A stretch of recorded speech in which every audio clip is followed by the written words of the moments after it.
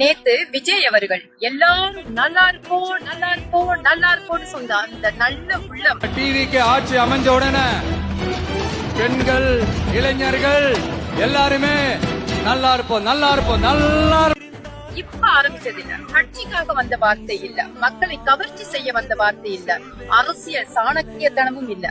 கொஞ்சம் இந்த வீடியோ பார்த்துட்டு 6 கைதிகளை திருத்திட்டீங்கன்னா இந்தியாவே திருந்துருமா அப்படின்னு கேட்பாங்க. அதுக்கு எம்ஜிஆர் அவர்கள் ஒரு இந்தியா மேப் எடுத்து அதுக்கு பின்னாடி ஒரு மனுஷனோட முகத்தை வரைஞ்சி அதை தாறுமாற கிழிச்சு கீழே போட்டுருவாரு.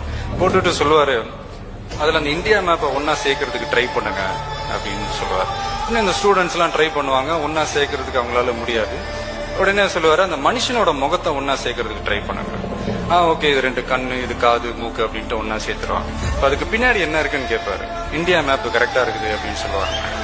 அதுக்கு எம்ஜிஆர் அவர்கள் சொல்லுவாங்க, அதுக்கு அவர் சொல்ற அந்த டயலாக் தான், ஒரு மனுஷ முகத்தை சரி பண்ணா இந்தியா மேப்பே சரியாயிடுது, ஒவ்வொரு மனுஷனையும் சரி பண்ணா ஏன் இந்தியாவே சரியாகக்கூடாது.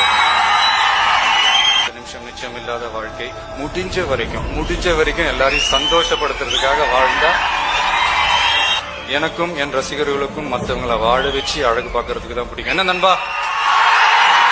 இப்ப பாத்தீங்கல்ல, இந்த வீடியோல பேசுற விஜய் இப்ப உள்ள விஜய் தான். ஆனா காலங்கள் ரொம்ப கடந்த ஒரு காலகட்டத்துல பேசுறேன். அப்பையில இருந்து இப்ப வரைக்கும் ஒரே எண்ணம் தான் அந்த மனிதனுக்கு.